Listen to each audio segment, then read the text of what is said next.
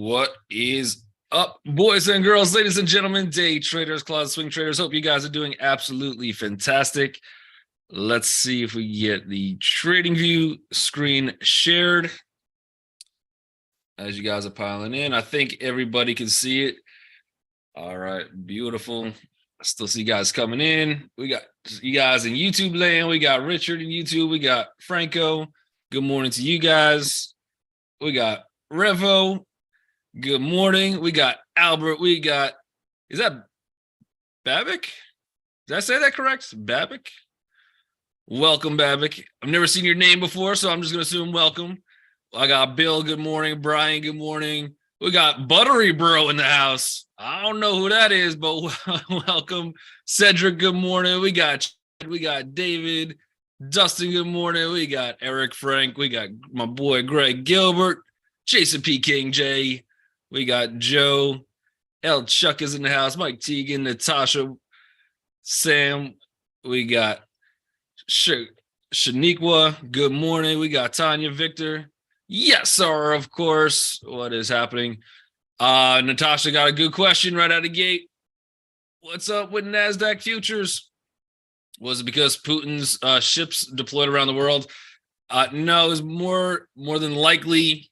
I mean, I'm sure that has some impact on it, but more or less, it's the jobless numbers that just came out at 8:30 a.m., so about 32 minutes ago.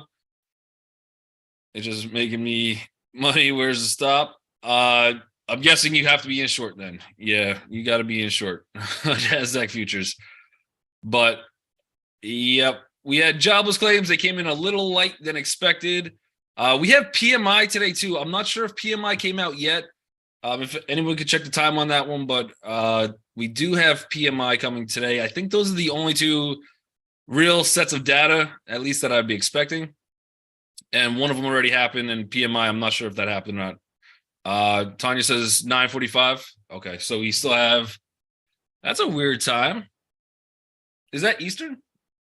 9:45 Eastern? Oh, Jason says 15 minutes into the market. Oh, okay, so it's actually, yeah, 9:45. Yeesh. All right. At least we'll get it over with quick. PMI, obviously, we saw an effect to some extent on Monday with similar type data sets. So we'll see what happens. For this one, 15 minutes is the market, but keep in mind we do have that. And then again, I don't think there's anything else really too crazy in the market. This is a pretty horrific gap down in the SPY, though. Obviously, it depends on where we open. If something crazy happens from now till 9:30 a.m., another 27 minutes, maybe we could get anywhere above 381.72 for open. All right, we might look like a little different of a day. Otherwise, you see, we had some kind of double bottom. We got a few wicks that we're just hanging on to right now. But realistically, this is where this candle closed, open, and we decided none of that matters. We're opening below it. The one thing that could give us a little chop would be, we do have a VPOC down here that, I mean, it was already retested. That's probably going to make this one a little bit weaker. So this one was retested at open. We bounced from there, nice little rally, came down, formed that double bottom that we're now breaking through. So this is kind of looking a little bit weak, and I'm not going to put as much weight, although this 380, 90 zone should be some kind of little bit of support. Again, this is where all the volume came in. That's where we did bounce previously. We got kind of close to it the other day. Will we bounce again? I don't know. There's a certain amount of times where you just keep hitting a number and you break through. So we'll see. I'm going to be leaning definitely a little bit more bearish today. And we'll see if PMI comes out and does shock the market and does something crazy, we'll go flexible on it and we'll see what works. The Qs, right now we have 263.58 on the Qs is going to be our support, which is a pretty good support. Again, same concept. How many times can we hit that number without finally breaking? The bulls, every time we've gotten down there, have been able to bring it up. We almost lost it a couple times. and the Bulls brought it right back into it. But again, that was a very good, I'm on a 15-minute chart. It's a very good 15-minute close for the Qs. We're opening under all of that. The last time we got saved there, not looking too good. So that 260, I forgot what I said already, 263, 60-ish, somewhere in that zone. Around where we're at now, slightly lower, could be a bounce opportunity. If not, there's a few other small levels, 263.31, looking at 263, 262.80. I wouldn't put as much weight. All of those levels are developing VPOCs, and I can't put as much weight on it until probably this little guy all the way down at 260.14, which has not been retested yet. So that's where I'm going to put a lot of the weight on. And again, can we then hold 260, or are we taking this roller coaster right down after that big little uphill? They're about to take our picture as we head down this one. The gap on coin looks brutal. Coinbase.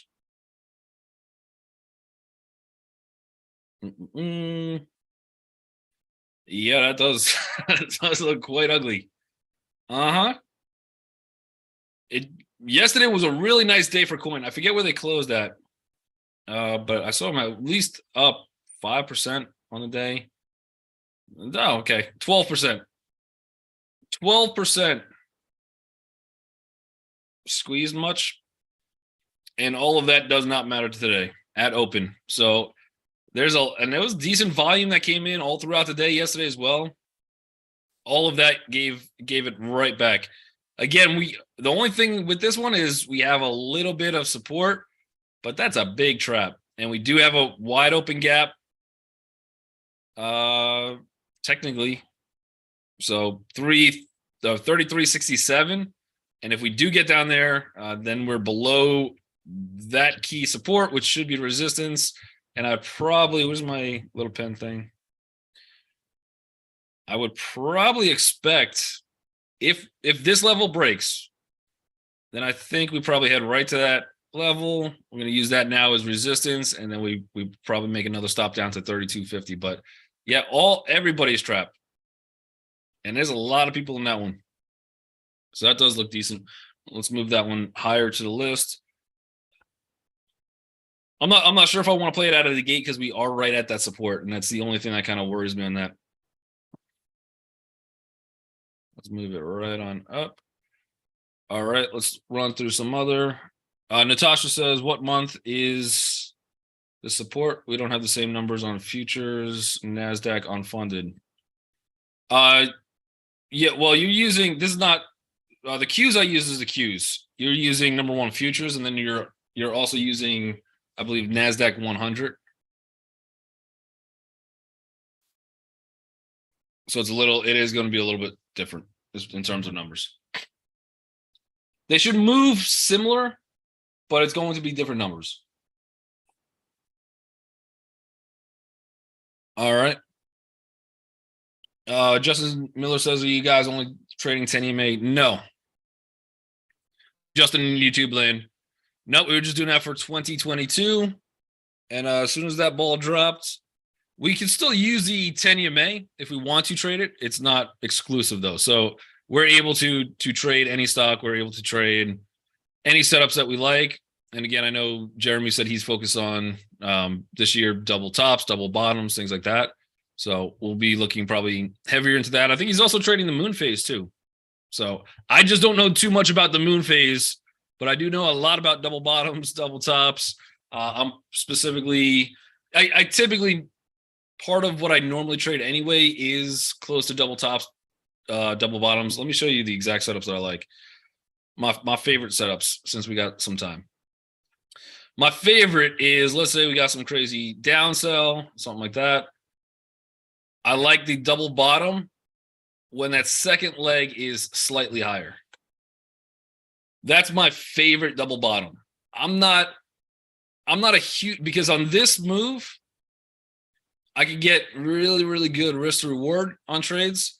Whereas this move, and not only that, but you're showing on that second leg, the fact that the bears kind of gave up a little bit.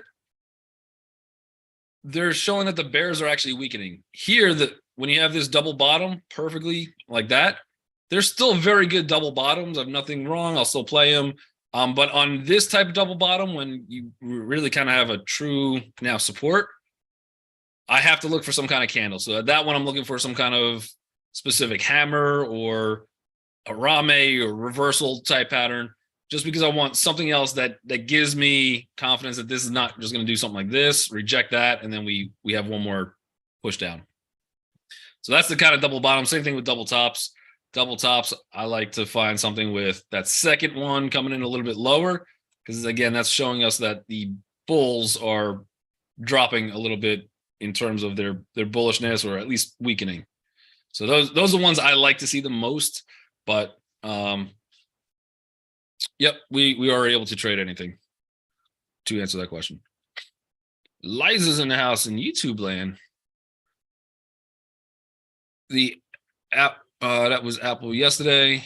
Yep, those are my favorite, because you're also getting sentiment on that second wave, which you don't really get as much on the first one, unless there's, again, some kind of reversal candle pattern, something like that.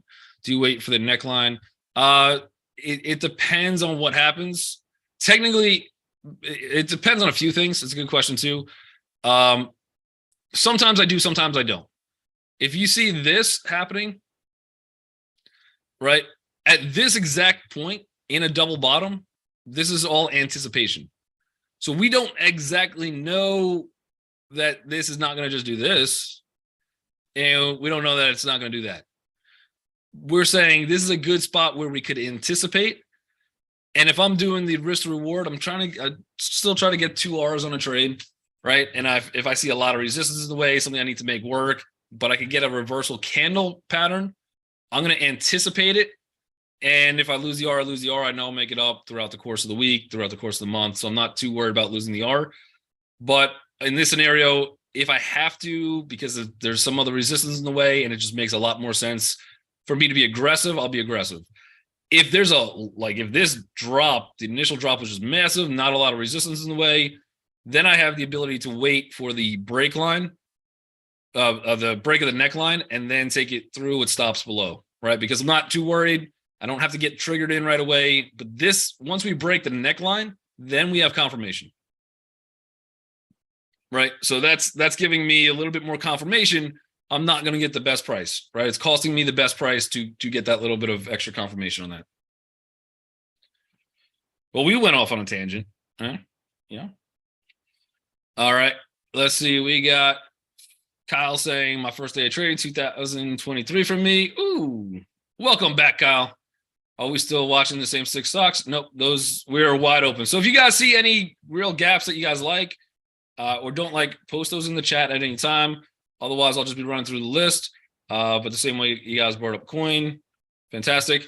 On Netflix, since we were just on Netflix, and I watch the VPOCs a lot as well, right? So on this exact VPOC on Netflix, just again, because we're on it,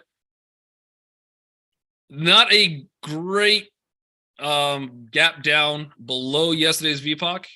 We have a lot of room, at least into the developing VPOC. So that's going to take us from 306, where I would probably be selling some shares close to this $300 range, right? Looking for something like this potentially to happen, or of course, something like this. And we didn't really ever retest that VPOC as well. So that would take us back to 295-ish, somewhere in that area.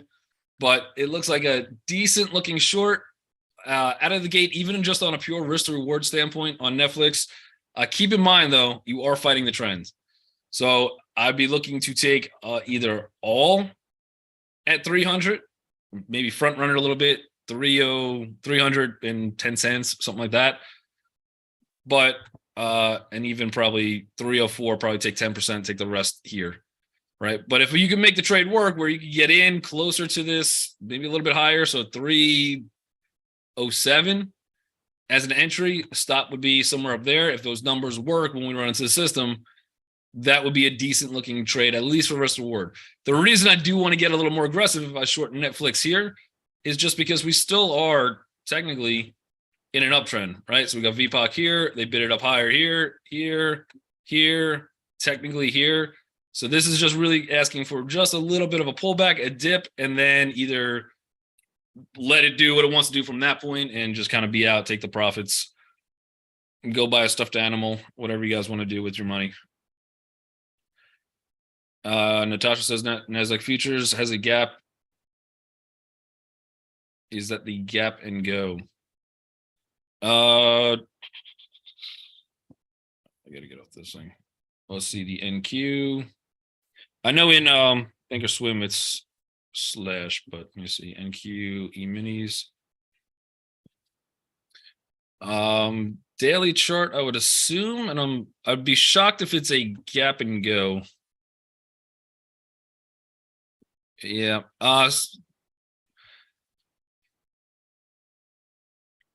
Right now it's looking like an inside candle on mine, right? So we're just inside this little high wave, and we do have a little support on, at least for when I'm looking at NQ. The 1 minute I wouldn't put too much weight on. Yeah, the 1 minute, the longer the time frames, the more accurate the readings, right? It's the same thing if you have a 1 minute, if you have a daily chart compared to a 1 minute chart on any stock, there's a lot more time for people to get trapped on a 1 day stock than in just what they traded in 1 minute, right? So you can have some ability to trap, obviously, some people on that 1 minute candle if there's a gap and go, but it's just a lot less people stressed out than if it was an entire day's activity like we just saw on coin. There was people positive, feeling good when they went to sleep, and they woke up with some Kleenex tissues just crying because they're like, no, got me again. Baba, really, really strong day. I was saying we could probably break 100 yesterday. We did that indeed. We got to almost 104, 103, 92 is where we closed. We probably even got to that 104. We did. This one is a gap down, just really retracing about 50% of that candle, and it's been looking very, very strong. So I wouldn't short that one. Win, very, very strong day on Win as well. Again, it is technically a bearish gap, but not really clearing anything, not really trapping that many people. We got Uber. Finally, at least starting to make a positive run, doing its best attempt to put in 1, 2. This is our third day trending higher. We are still above the 10 EMA on daily chart, but this is also technically a gap and go bearish. So we'll see where this goes. I'm looking for support on this one, 25.36. Not a lot of room for me to really do some damage, so I probably won't day trade that one. Franco says, can we look at Babo? We just did, Franco. We can look at it again, though. This dotted blue line, this is heavy. This should be heavy volume from a longer time period. So that's looking at about 181 is where I'm looking for support on this thing. I wouldn't play the reversal yet so I would probably do maybe some kind of stop at 98.66 and then be buying it off of like 181 zone and just try to stick with the trend, play the trend. Again, this is a retest gap, technically never really closed. So could this potentially reverse, come all the way back down? We're extended from the 10, which makes me really don't want to go long, but I really can't go short on it either. So for me, it's a non-event, non-play. And we are trapping some people, but there's still a lot of people profitable in this thing. Do we look at Tesla yet? We did not. Let me look at, what is that? KOLD? Pro shares of natural gas. Yeah, so XOM. This one might relate to the Russia info, which I have no idea what that is. Natasha, you're the first one that told me about Putin deploying ships around the world. Like he's playing Battleship, but in like real life and the not fun version. But yeah, I saw XOM was gapping up today. It looks like the energy is having a good day today. This would be a good gap and go. I don't know what the volume is. I've never traded this in my life. So the one thing for me, I definitely would like to see at least 2 million shares exchanged throughout the course of a day on average for me to really be interested because I want liquidity. Otherwise, yeah, that's a decent gap and go. We got a good solid bull trend. there's probably a lot of people in this one at open that I would think that say, okay, cool, good gap and go. Maybe some of these people want to take some profits at open. I probably wouldn't be the first one to jump in, but any type of a pullback, you are trapping some people from yesterday. So you would expect, I would expect maybe at least one or two red candles and then try to play it bullish. You have a little bit of resistance up there. Anything in energy is very, very dependent on news. So same thing with anything oil wise, anything like that. Escalation and war talk, all of that stuff could affect news. So a lot of times technicals don't matter as much on energy stuff. All right, we got the Tesla. So Tesla did me a little bit dirty yesterday. Not gonna lie, kind of upset with it. Market was kind of all, at least when we were, I think when we gave it back to Johnny, it toned itself down a little bit. But we had a couple of news events, and the market was bullish and bearish and bullish and crazy until we flattened out a little bit. Right now, this is the inside day. Again, it is very, very difficult to trade inside days. So whatever what was it, KOLD? I'm just going to call it Koala because it's just more fun to say. But on the Koala stock we just looked at, that's at least gapping outside of a day's range, which means everybody from that day is trapped. Coin, very similar to it, not quite outside of yesterday's range. This is going to be just some kind of inside day candle. Again, the overall pattern trend, everything is bearish. This is a weekly, looks like we almost formed some kind of hammer. If this was gapping up to like 119.96, that would look different. That would feel different. But right now, yeah, we're just gapping down. So this is gapping down, still inside day. Again, I'm not seeing any gaps that I love too much right out of the gate, which is okay because 15 minutes from now, we could play some momentum. There's Boeing. Again, massive day yesterday. Crazy town. Slight little drop. Not as many people fearful. You probably still have a lot more people still making money on Boeing than losing. FSLR. Trend has been down. This one might be a decent one to push lower. FSLR actually looks like probably one of my favorite ones. These guys have been on an absolutely monster tear, but starting to give it back.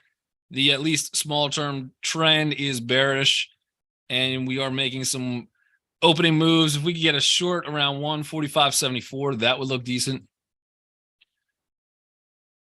You could look at you can see it on Finviz for the amount of shares, Chad.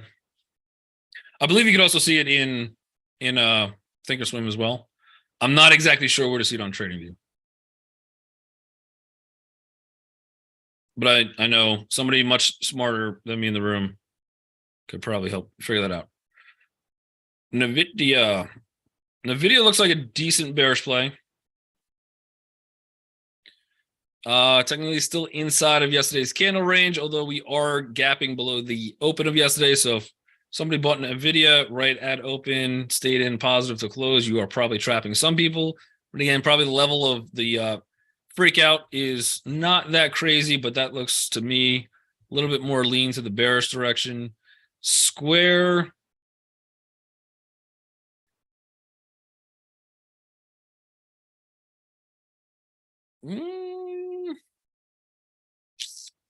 Retest gap, it retested inside day yesterday. Was still inside the range of yesterday, technically at open, but again, probably a little bit more bearish lean to it, at least until probably the 64.30. I don't know what happens from that point. That could give us about 71 cents.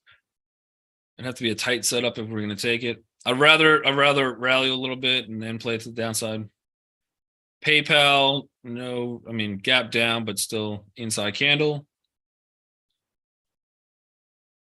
Natasha says, I think Jeremy said that if we go below September lows, we will drop lower. I could not agree more. Yep. There's still a lot of info coming out this month too. We still got CPI coming out, I believe the 12th or 13th, something like that of this month. We got a lot more data points coming out. It's unless realistically the Fed has to not freeze rates, but they have to start to reverse rates, and then we'll see some more bullishness. But I think it's very possible to break the lows of the day, break the lows of September. Very, very possible, even on the SPY. Let's pull back the SPY real quick, or wherever you are. Which, oh, there it is.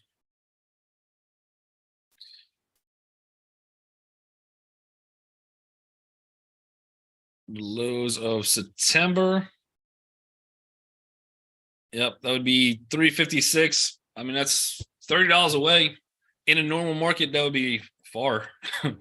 In this one, there's our uptrend on this line. There's our break, consolidation. Honestly, if for us to get to the lows of September, we still have October as well, which is actually a little bit lower, but this is just a breakdown consolidation. Could easily see another breakdown. And then that'd be a wave 1, 2. Another push down is 3, which is big, takes us to there. Bounce off that September, October low. 4, new break to 5. Matt says 320, here we come. It's possible. Daniel says, check out WBA. Walgreens. Yep, decent gap down. This would technically be a retest gap, and that's a large one too. Was that on earnings? Reported they had a surprise beat. They're gapping down on surprise beats. It's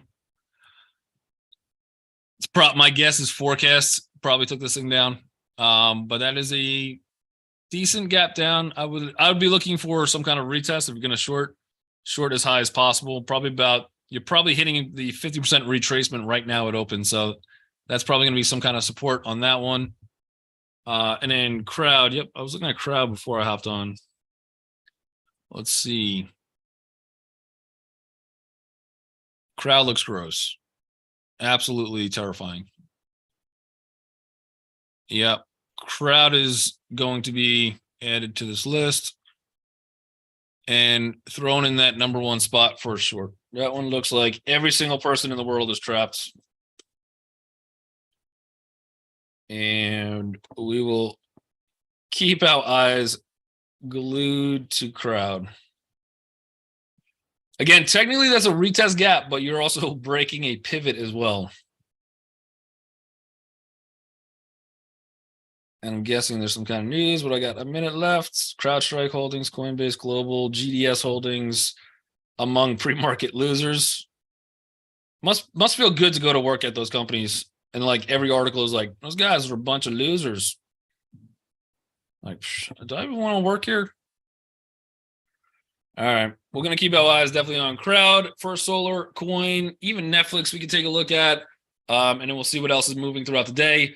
Keep in mind, we have about 16 minutes until the next data point comes out, PMI, which can affect the market. But again, we'll see how the market wants to interpret it and see if we want to change direction, save the market, or just absolutely tank us and continue the momentum to the downtrend. Up until the next 15 minutes at least, I'm going to be looking and leaning bearish on everything, but not too antsy to jump into anything at open. I could sit on hands and wait perfectly fine. Otherwise, if I do, one of those top 3 is probably going to be the action. Unfortunately, everybody in YouTube land, this is the time I got to also disconnect with you guys. You guys can trade with us all day in the All Access Pass. Keep in mind, for both everybody in the chat and YouTube, we do have mentorship groups that are starting in January. I personally have one that starts January 9th. There's still some seats open.